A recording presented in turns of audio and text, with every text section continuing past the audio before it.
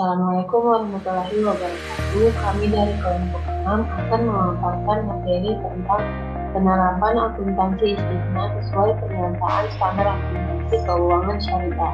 Adapun nama-nama anggotanya yaitu yang pertama Fitri Natalia, Sambuk C301-19167.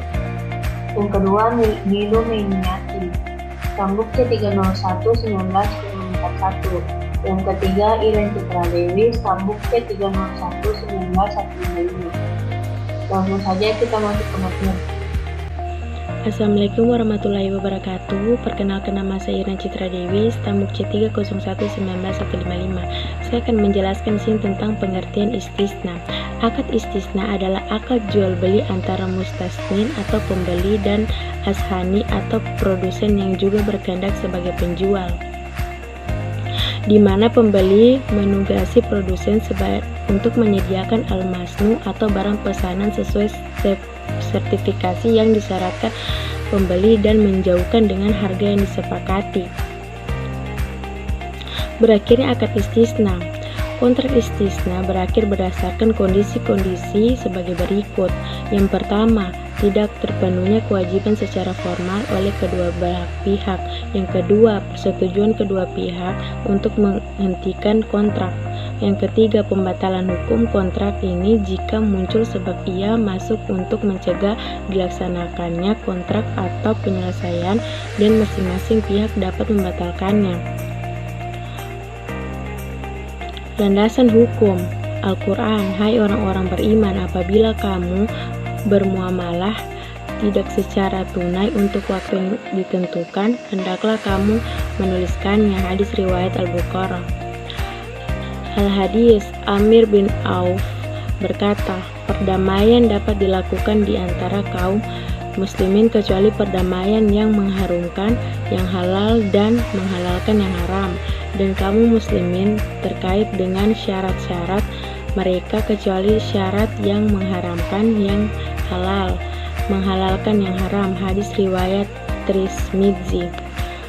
Tiga hal yang di dalamnya terdapat berkahan atau jual beli secara tangguh, mukaradah atau mudrabah, dan mencampurkan gandum dengan tepung untuk keperluan rumah, bukan untuk dijual. Hadis riwayat Ibnu Majah. Jenis akad istisna. Istisna adalah akad jual beli dalam bentuk pesanan atau pembuatan barang tertentu dengan kriteria dan persyaratan tertentu yang disepakati, diantaranya adalah pesanan atau mustasnin dan penjual atau pembuat sani. Istisna paralel adalah suatu bentuk akad istisna antara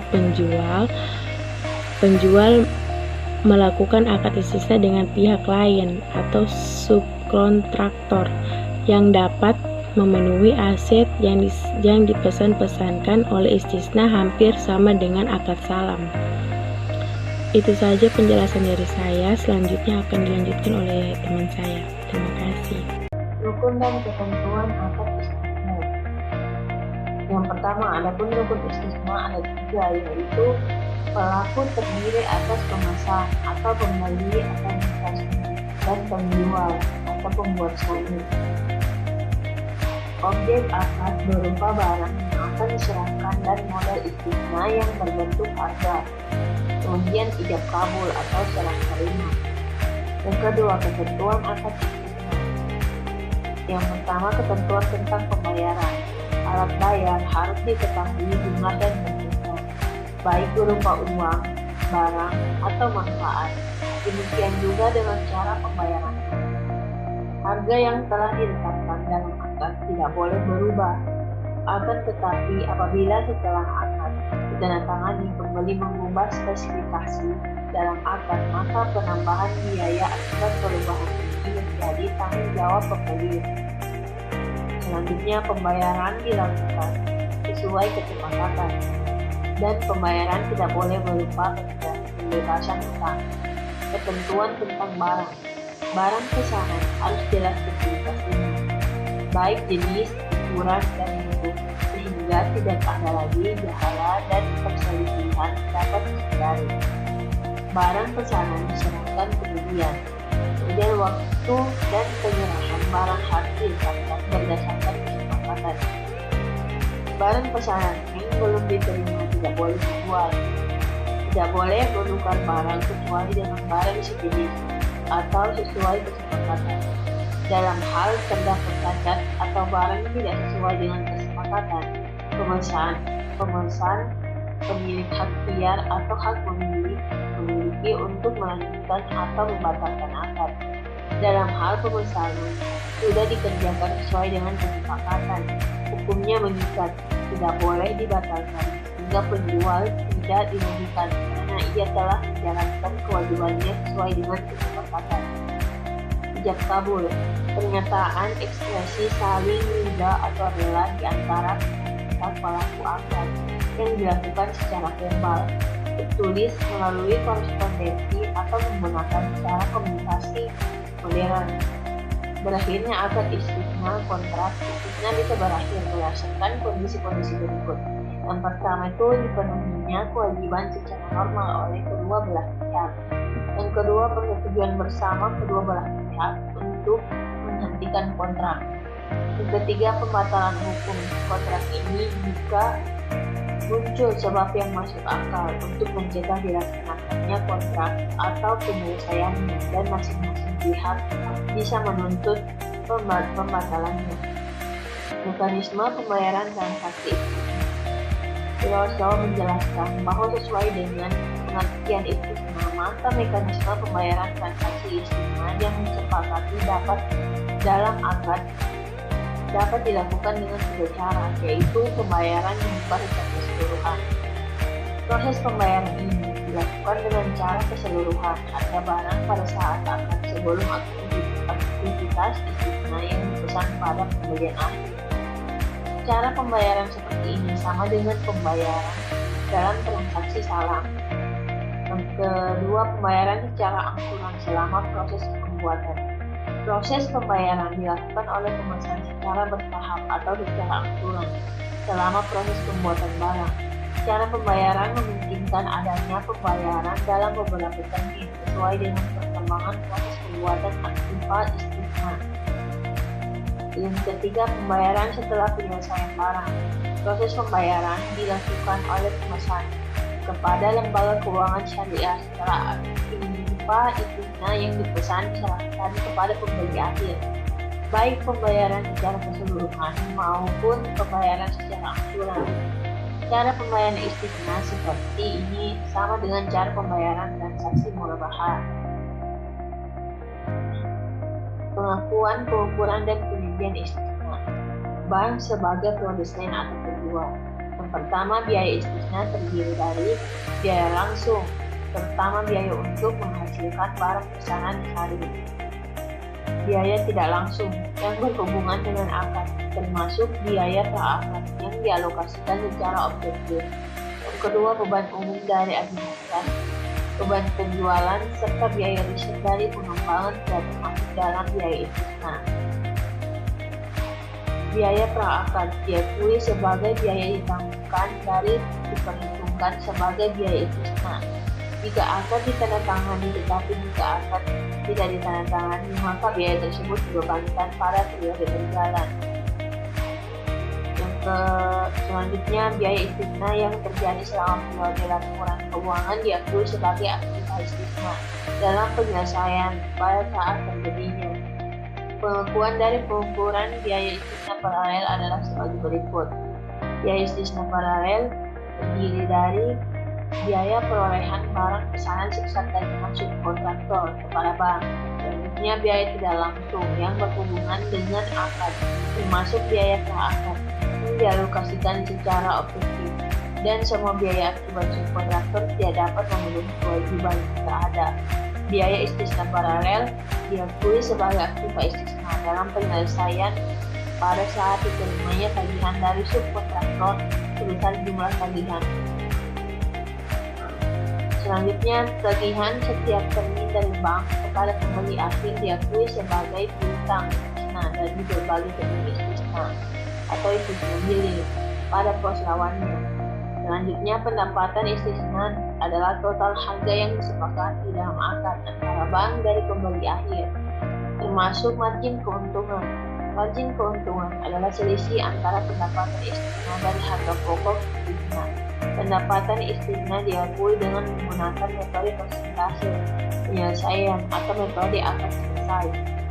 Kemudian jika metode persentase penyelesaian digunakan, maka bagian nilai akad yang sebanding dengan pekerjaan yang telah diselesaikan dalam periode tersebut diakui sebagai pendapatan istisna pada periode yang bersangkutan.